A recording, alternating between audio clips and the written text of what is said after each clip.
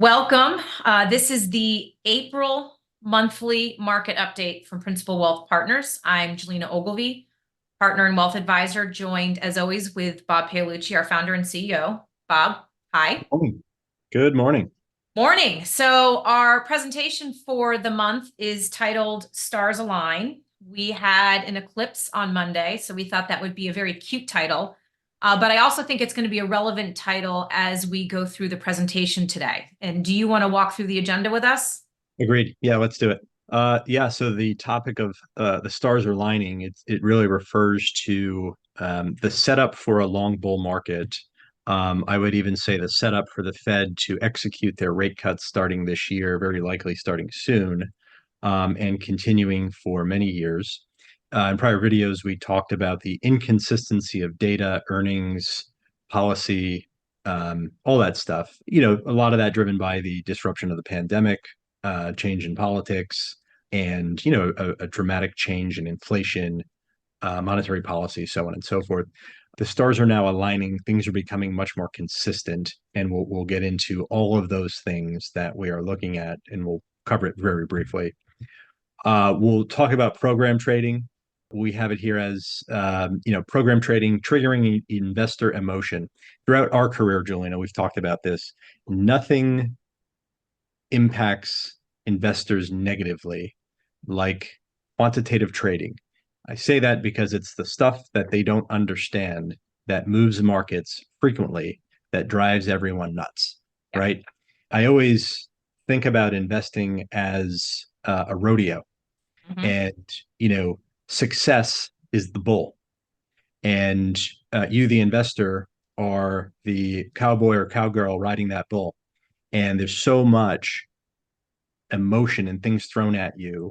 You have to hold on really tight to that bull to get great returns over time. And one of the things that knocks everyone off the bull is program trading, Yeah. because it is hard to identify, hard to articulate, and it sounds like it's this mysterious myth.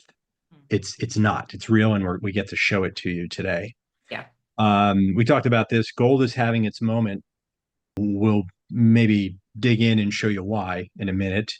We've had an increase in geopolitical risk, and we're going to look back at prior times where we've had a major increase in geopolitical risk and what that means for markets. And then we'll talk about AI, that major theme that has been propelling markets higher. We'll see if there's anything backing that theme. How's that sound? No, it sounds good. And I think one comment I would add about this agenda that I really like this month is that, the first point of the stars aligning really have to do with the market and the foundation of it going forward. But the remaining bullet points that we're going to go through are observations, of course, that we make that we like to share with our clients, but they also are a response to a lot of the questions that we get from them about what That's is right. going on in the market. That's That's fair. absolutely right. I guess so. Let's get into the first point of the stars aligning, which has to do with rate cuts, with some of the volatility that we've seen with rates moving around recently. Yeah. This is a slide of facts. What you have here are the two main Fed mandates. You have the Federal Reserve, who is always very focused on employment and full employment and inflation. And they use monetary policy to influence both. So the Federal Reserve, just about 20 days ago, Jerome Powell came out and said, look, finally, I'm going to tell you the truth. I'm going to articulate granularly what our plan is, or as clearly as clear as he has been in 2 years. Mhm. He said we plan to cut rates 3 times this year. We plan to cut rates 3 or 4 times next year, the year after, and very likely land somewhere around 2 to 3% interest rates. Wow. He actually said that. I mean, he said it through the way of look at our dot plot, which we'll get into. But this is what we plan to do.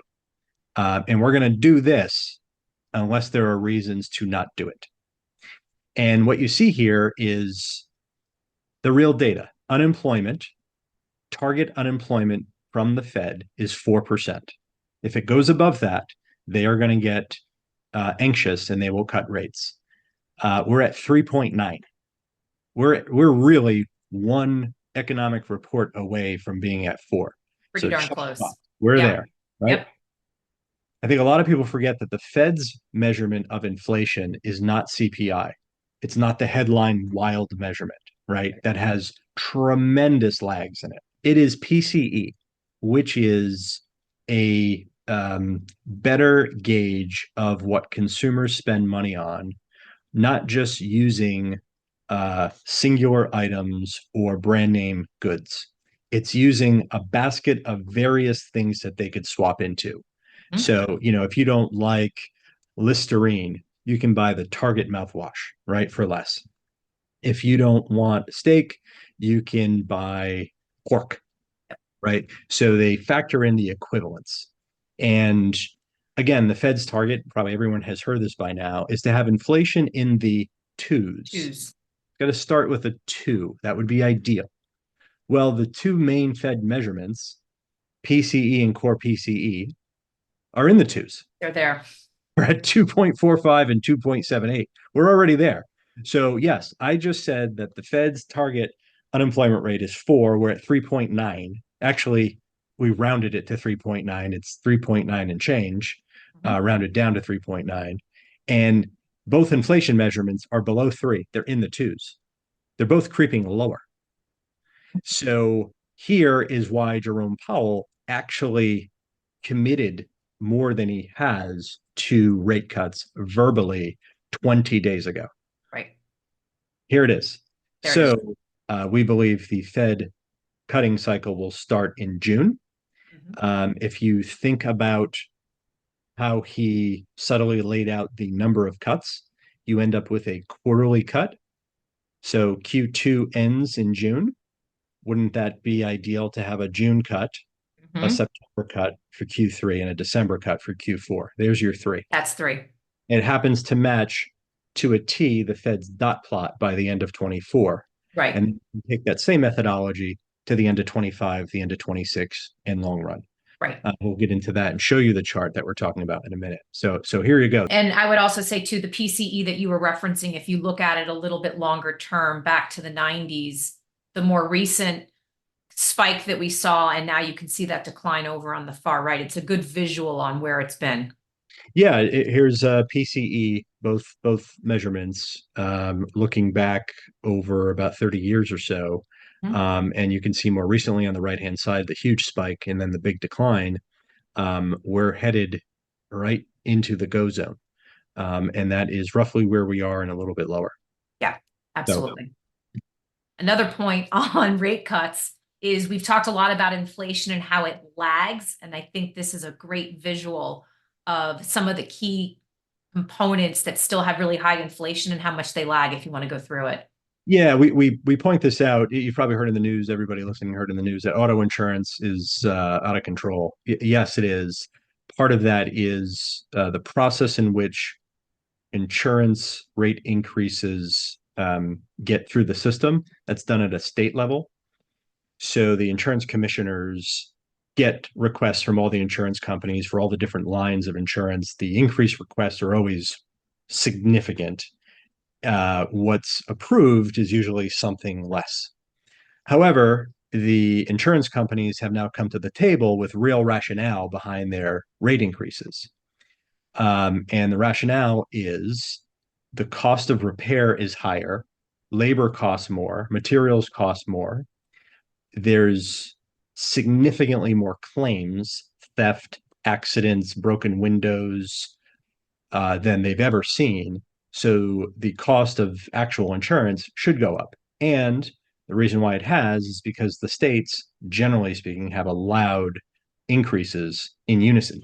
So this is why you have this big boost Yeah. in insurance premiums. That's one. Number two, the real reason why we have this chart up in front of you, we had to address this insane outlier that was auto insurance. But the real reason that we have it here is to show you that rent and housing is still high. Really, though? No, not really. It has a 17-month lag. So how the housing lag usually never comes up. It doesn't mean much ever, Yeah.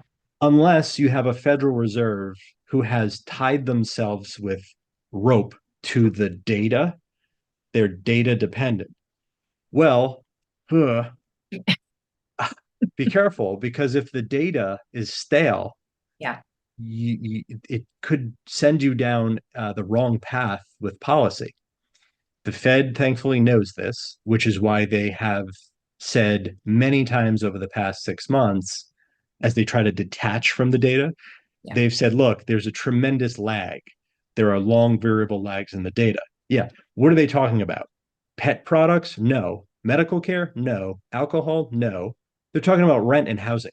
There's a year and a half lag in housing. Why does that matter so much? Because it's one third of inflation. Yeah. It's a third of the weight in the calculation. So um, the Fed knows that this is very backward looking data, and they don't want to be misled or do the wrong thing by tying themselves to the data. So their narrative is the long variable lags, the lagging data. We need to look forward, so on and so forth. And we just Mhm. pointed out to you here. More on this in the next chart. Yeah, I was going to say, if you look a little bit more on a live basis, it looks very different. Yeah. So what you see here is the gray line that ends at 3.5 on the right hand side is CPI, the headline CPI that has the delayed, the current measurement for shelter in it, which is a 17, 18-month lag. And then just replace it with a live measurement. And what you see is, looking back a little bit, peak inflation was actually higher if measured live. But real inflation now, the way it's calculated, just with the live housing data, is less than two. Right. So, We're so the there. Fed, yeah, the Fed knows this, which is why it's very likely going to feel like the Fed will be cutting rates at a time where inflation doesn't really look like we should have a rate cut yet. Yep. It's because over the next couple of quarters, that lag in housing is going to catch up, and those numbers are coming down. So there you have it. This is going to be one of the enablers for the Fed here. Yeah. And I know you referenced earlier the dot plot, which really are the voting members of the Fed telling us where they believe we will be over the next few years, Yeah. which is, to your point, as you referenced earlier, if you want to walk through each of the years. Yeah, so we put the Jerome Powell statement from March 20th up there. If you look at the STEP, which is the economic report, right? What it says is that it's still likely in most people's view that we'll achieve that confidence, and there will be rate cuts. So in essence, he said the dot plot is what we're going to do.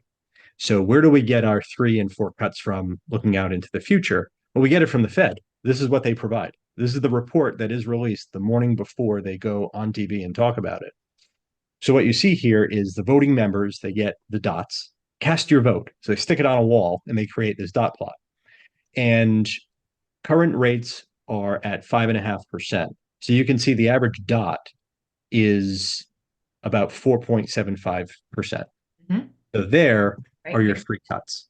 Yep. There are your Yep. 3 cuts. And then next year, to the right of that, 2025, you have another 3 to 4 cuts. Go to the right, that's 2026. You have another 3 to 4 cuts. And then longer run, which is where rates, the long term interest rate, room temperature interest rates, you have this level between, let's call it 2.5% and 3%. That's subject to change. I think the long-term target, assuming they're proactive in their mission of cutting rates soon, and they do it consistently for some time, I think they can land at a higher long-term neutral rate. I think 3% might be the new long-term interest rate. So Okay. we'll Yeah. see. Plenty But of what time the, to change. but what they're telling us is that this sort of path to normal is starting this year and that it will continue over the course of the next few years. Correct. Yep. And what's really interesting to me is we as consumers have been so focused on inflation for so long, and that finally seems to be changing. According to this chart, Yeah. so this is a University of Michigan consumer sentiment poll. these polls are very basic. Are you worried about um, inflation increasing? And yes or no? What you see here is a significant drop in the yeses, is what you see here. And that was a pretty dramatic move. And what influenced this was the Fed pausing last summer and just going sideways. And I think now investors, people that need credit, consumers, they're now catching on to it. They're also seeing that prices are still increasing here and there, but at a much slower, lower pace, which is true. Absolutely. So the worry of inflation is starting to come down. Finally. Yeah. Yeah. Yeah. And Yeah. I would also say another reason for our optimism, our stars aligning, is one of our favorites that we talk about, which is corporate earnings. And I think it's so important as we look forward. We talk a lot about the strength of earnings driving future market returns. And the estimate for earnings as you start off this year has been driven by the Magnificent Seven, which have been dominant in the return of our portfolios. And as you start to move through the course of this year, as you move to the right of this page, you start to see that the earnings is going to be much more robust across companies than just the Magnificent Seven, which is a great reason for optimism across the markets, if that's fair to say. Yeah, this is the great foundation building of a long-term bull market when many companies have better earnings, solid earnings, versus, a very thin market where it's just a small percentage of the market that's doing well. Mhm. Not even from a market price standpoint, but from a fundamental earnings standpoint. What you see here is forward earnings expectations. You have the Magnificent Seven actually coming down a little bit, and you have the rest of the market coming way up. Yeah. So, if this didn't look like this, we would be significantly less optimistic. This is one of the pieces that helps us to be as optimistic as we are for the future and probably for quite some time. Yeah. And I think as we look at other areas of opportunity outside of the Magnificent Seven, we have been recently talking to everyone about small companies, small caps, and why we are more optimistic in this space than we have been in the past years. And one of the reasons is just the valuations. Yeah, I mean, for many of our investors, whether they know it or not, over the past few years, we've been very light, very, very, very unusually light with our exposure to small cap, mostly driven by the fact that small companies are very sensitive to interest rates. And in a rising rate environment, that's bad for companies. Your interest expense goes up, the value of your company decreases, and we certainly made the right move years ago by underweighting small cap. What we're doing today, and what we've really been doing for the past 6 months, and probably will be doing for the next 6 months, is adding exposure to small cap because we think it's a huge opportunity. Not to bore anybody, but this chart really just shows from a valuation standpoint what's cheap and what's not so cheap. And what you see here is small cap is cheap relative to large cap and mid cap, as cheap or close to as cheap as it's ever been. And we like to invest during those periods. Periods of extreme Yeah. usually result in some pretty outsized, unusually good outcomes for a long period of time. And we think this could be one of them here. Yeah, absolutely. That is, from a visual standpoint, that's the purple line on the bottom far right versus the blue line of the S&P. And Bob, you also referenced in your comment just now about the opportunity as we start to see rate cuts in small caps. And these are just some numbers to clarify in the past 6 environments where we went through a rate cut, what the performance was of small caps. Yeah. So what you see here is a measurement where this chart illustrates prior hiking cycles and when they stopped. When they stop, yeah. Yeah. So measuring from the last hike, the last increase, forward 6 months, forward 12 months, forward 24 months. In some of these scenarios, there were cuts after a sideways move in rates. In some of the scenarios, it was just sideways for a long period of time. But in all scenarios, you have this unusually positive outcome, reinforcing the fact that small cap companies are very sensitive to interest rate policy, both up and down. We're Yes. showing you the flat to down and how good it has been historically for small caps, Hmm. which helps reinforce the fact that we want to continue to add exposure to small cap. Yeah. And as we're excited about small caps, it's interesting to see the optimism of small business owners. And I think you have coined this the change maker slide. This is the change maker. And warning, this will be the most political we get during this conversation. But I want to point out a few things. We're going to use the term buy on the bad, or the phrase buy on the bad news. You want to run in and invest money when valuations are cheap and pessimism is high, Hmm. right? Yep. Because it doesn't last long. Optimism usually wins out. So another thing that gets us excited about investing in small cap is small business optimism is as low as it's been in 12 years, Yeah. close to as low as it's ever been. And those are good times to invest because it doesn't that emotion doesn't last long, right? Yeah. Optimism and positive things come back soon and they happen pretty quickly. So we like to invest in a very depressed mood environment. This is a contrarian slide. Contrarian. Yep. You have optimism very low, great time to invest. If optimism is very high, run for the hills, as they say. Something else to point out in this chart is I'm not sure there's another chart that is this powerful, certainly when it comes to politics. Think through your mind when you look at this chart. We're not gonna put lines here. You just have to think through the terms of prior presidents and Congress. And you can see when optimism is very low, it creates political change. So we'll go back to we'll go backwards here.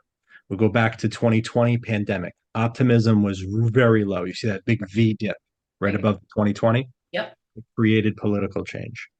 You go back to 2016, Hmm. Right right? here. 2015 into 2016.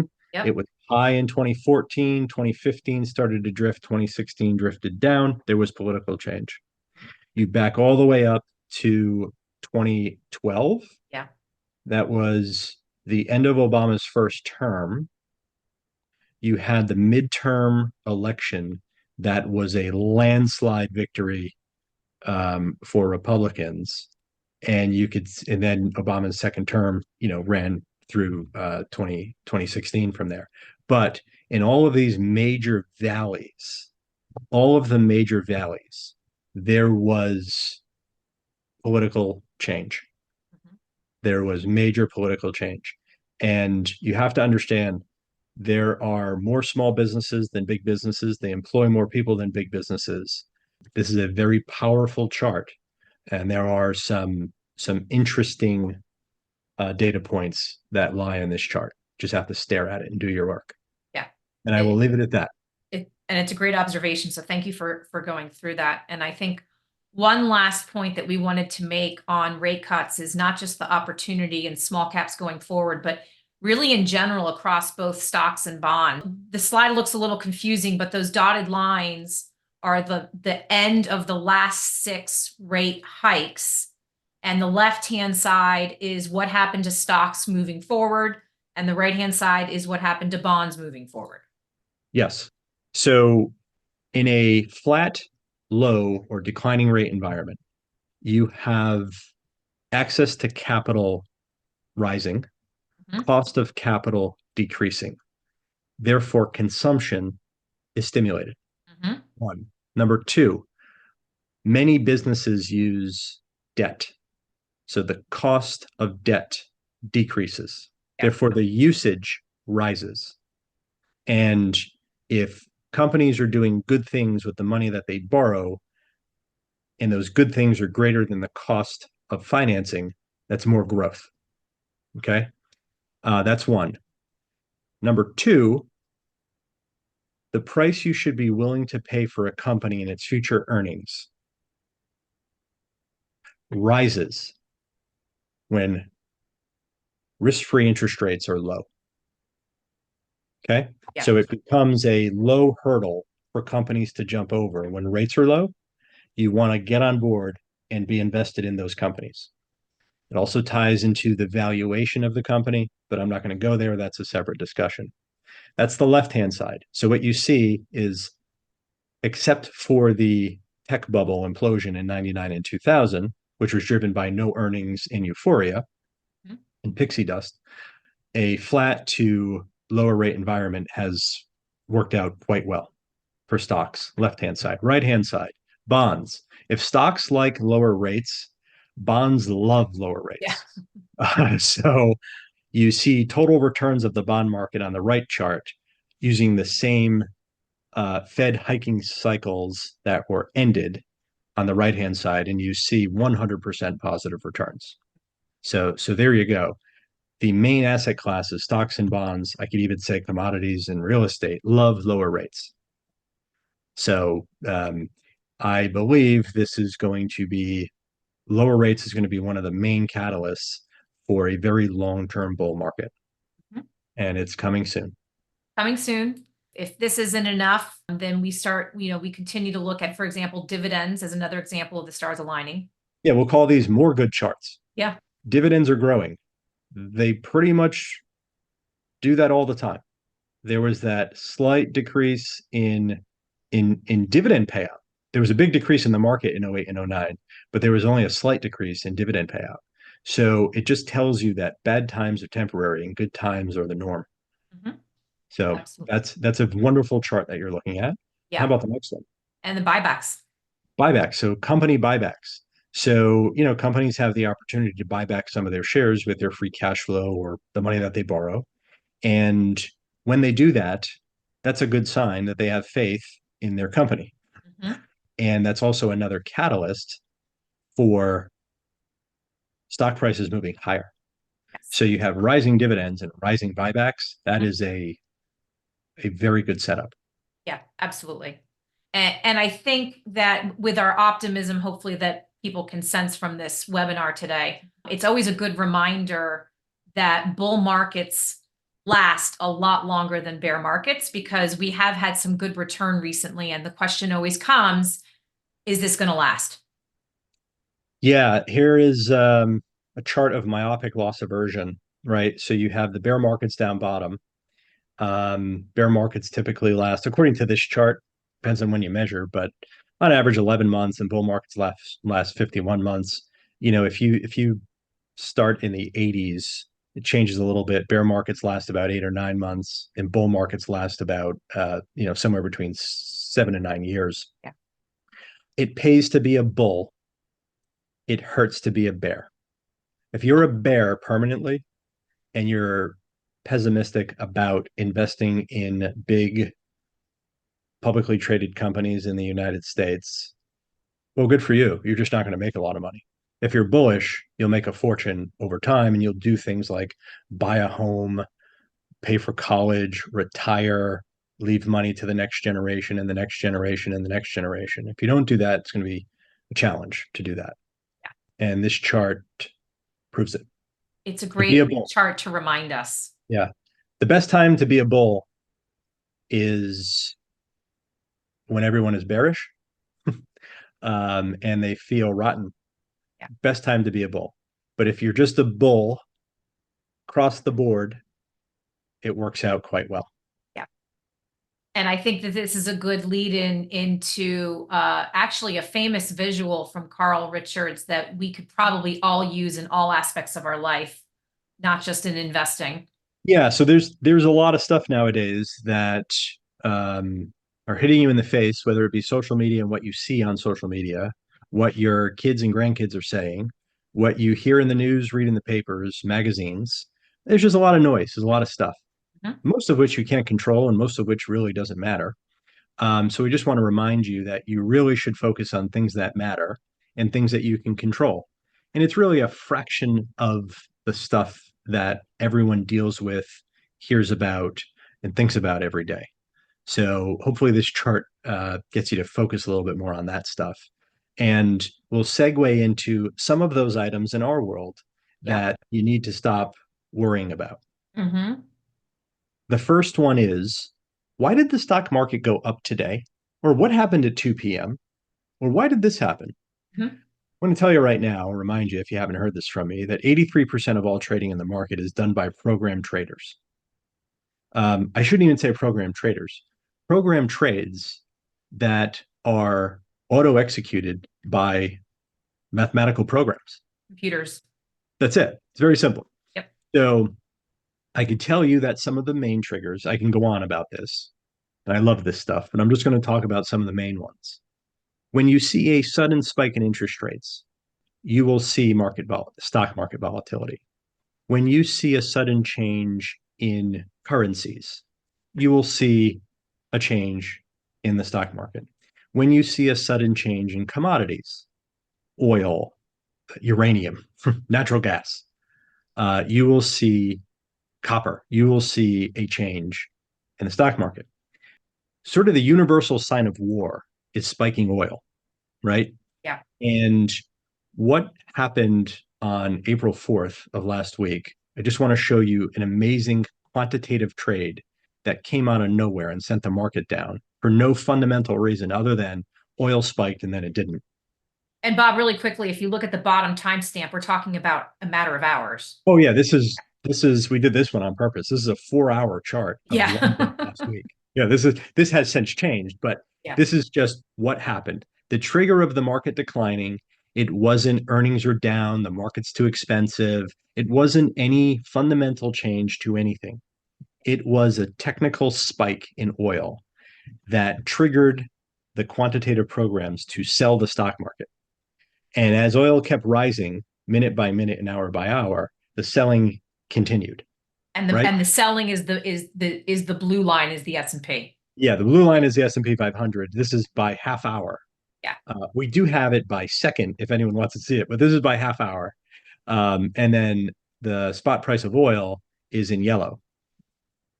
Perfectly negatively correlated. And if I flip them, they're perfectly correlated. But as the price of oil spiked, the S&P 500 went down. This happened in minutes and then continued for a couple hours. Well, Julina, most investors around 12:30, 1:30 are having lunch. I think the vast majority of people that have money invested in the markets are, playing pickleball nowadays or working. So it's not like everyone sits in front of their computer and trades on this stuff. Most people don't even look at the price of oil. They don't look at volume. They don't look at the commodities market, futures trading. Yeah, but program trading platforms do. There was a These are reaction. all Yep. quantitative programs. So stop worrying about the intraday move, the 1 week move, the 1 month move in the market, the 1 minute move in the market. Stop worrying about what tomorrow's next best trade idea is. It doesn't matter. And you're probably not going to execute on it. And honestly, you probably don't even understand it. And this is all in the futures market. This isn't even in the stock market. All the action happened in the futures market, made its way into the stock market. So stop worrying. Oh, we had a bad day today. Yeah, you Right. might have one tomorrow, but over time you won't. Yeah. And it'll turn into, bad days and bad weeks turn into great months and quarters and years. Yes. Focus on what you can control and what you should worry about.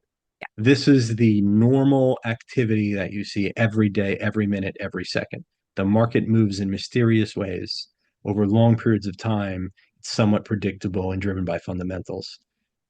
In And short periods of time, it's driven by emotion, quantitative trading, entering in wrong information, flash crashes, hitting the 000 key too many times. Oops, yes, stuff like that. So we will continue to see it. yeah, So, yeah, thank you. And another question that we get very often, especially from concerned investors, is the topic of gold, which has yeah, been in the gold. media lately. Yeah, gold is tricky. Julina, I know you love gold. You love to wear the gold. I'm kidding. Um, I did wear gold today, just there to, you go. See, just in honor of this chart. yes, So this, I believe, is probably the best message to send around gold forever. There are a handful of investors for a handful of reasons in gold. And they're grouped this way. This is demand, the level of demand year over year, just going back to 2019 for gold. And you start on the far left side, you see on the bottom, you have central banks. So that's like, is Germany buying gold? Do they need to stock up on gold? Do they need to buy more? Do they need to sell? Do they have too much? Right? Yeah. That's the black line. The teal line, the greenish line, is investment in GLD, the gold ETFs, the stuff that sounds like it's trading every nanosecond and has, trillions of dollars in it. It doesn't. It's a very small amount of the gold demand relative to total demand. Then you have the bright blue, which is going to Costco to buy a troy ounce of gold nowadays, or going to the coin shop to buy, gold coins or bullion or something like that. That's actually a bigger market than everyone thinks. Mhm. But the huge market is jewelry. Rolex is a big buyer. Cartier is a big buyer, right? And then you have industrial and technology. So the industrial use, if we were showing you like nickel or copper or a real industrial metal, aluminum would look very different. Sure. Gold's industrial value is low, right? Because imagine getting an Intel chip made all of gold. I mean, they're expensive to begin with, but all of gold would be ridiculous. So there is some exposure in industrial and in technology, motherboards, all that stuff. Yeah. But stare at this and you'll see how consistent the consumption is. So if the consistent consumption is there, it's hard to have wild price moves, right? So the price moves are usually driven by central banks. The group in black on this chart, going from very little to a lot more, back to a little, back to a lot more. It's them normalizing their exposure. Now you have to keep in mind, this is why I hate gold. They'll buy it, and then when they have enough, they stop. That's it. That's it. Right? Yeah. They're not out there buying every day, right? Yes, it's a liquid market because there are many sources of buyers and sellers, but the big variable buyers are central banks. Mhm. And you've seen a slight increase. Foreign currencies are weaker relative to the US dollar, and foreign economies are doing different things. So you now are seeing a slight restock by central banks. I would just be very cautious when that stops.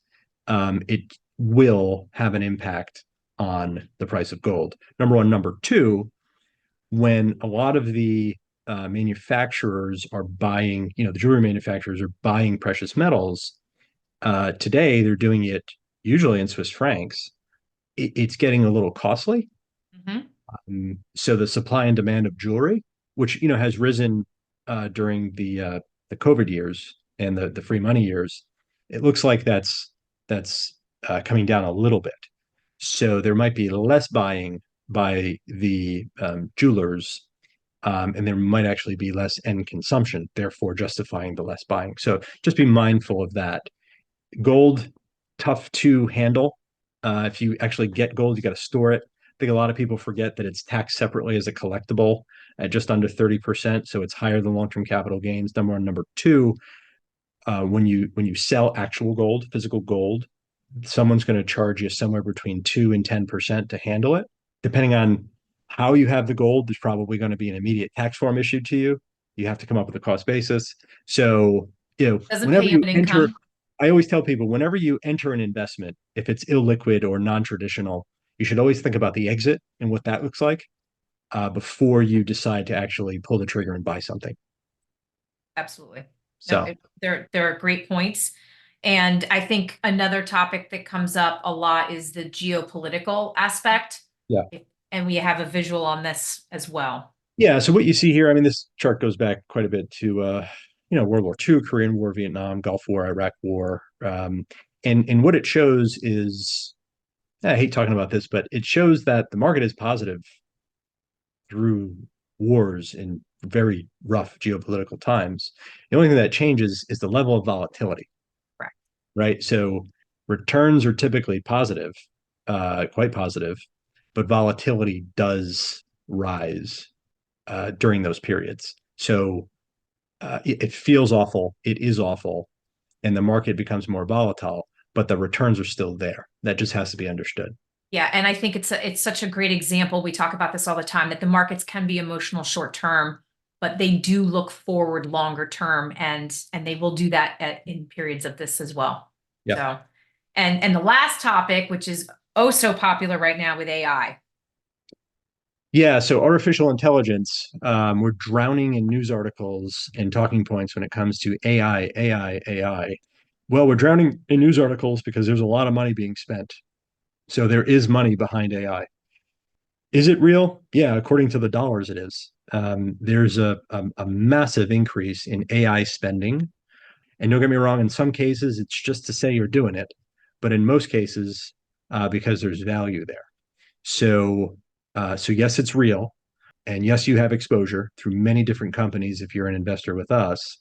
And we think that trend will continue on an upward path. Maybe not as steep as we've just seen it since 2020 to 2024, Quite a but there's path. going to be much more money being spent on the infrastructure needed pertaining to AI in all of its parts. Yeah. I think this is certainly a topic that's not going away anytime soon, and we'll continue to update there as well. So, Bob, as always, we appreciate the insight. And again, I hope that the listeners can hear the sense of optimism that we have as we see all these, again, stars aligning. So, Absolutely. Yeah, and we'll try to keep our wit up for next month. yeah, yeah. Great. And as always, if anyone has any questions, please feel free to reach out to any of us here. We welcome the feedback and look forward to hearing from you. Great. Thanks, Julina.